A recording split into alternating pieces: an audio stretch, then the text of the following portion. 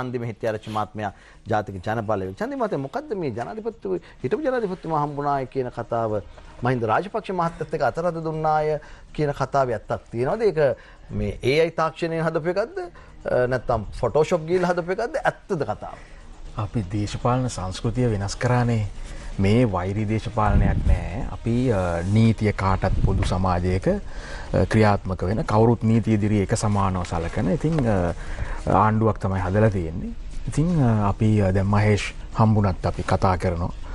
වික්‍රමසිංහ මහත්තයා හම්බුණා වගේ නෙමෙයි මහින්ද රාජපක්ෂ මහත්තයා අපේ අතරත් දෙනවා කියන්නේ. වික්‍රමසිංහ මහත්තයා හම්බුණාමත් කතා කරනවා. ඉතින් මහින්ද රාජපක්ෂ මහත්මයා මගේ ආසනේ සංකස්සපුර කියන මේ විහාර මන්දිරයේ විවෘත කරන වැඩසටහනට සම්බන්ධ වුණා. ඉතින් එතනදී ඉතින් එතුමත් එක්ක කතා කරා. ඉතින් ඒක හරිම සාමාන්‍ය. ඒක නායකතුමා අහලාද කලේ? ඔබ පක්ෂ නායකතුමාගෙන් අහන්න අපි ස්වාධීන නෑ එහෙම නෙමෙයි.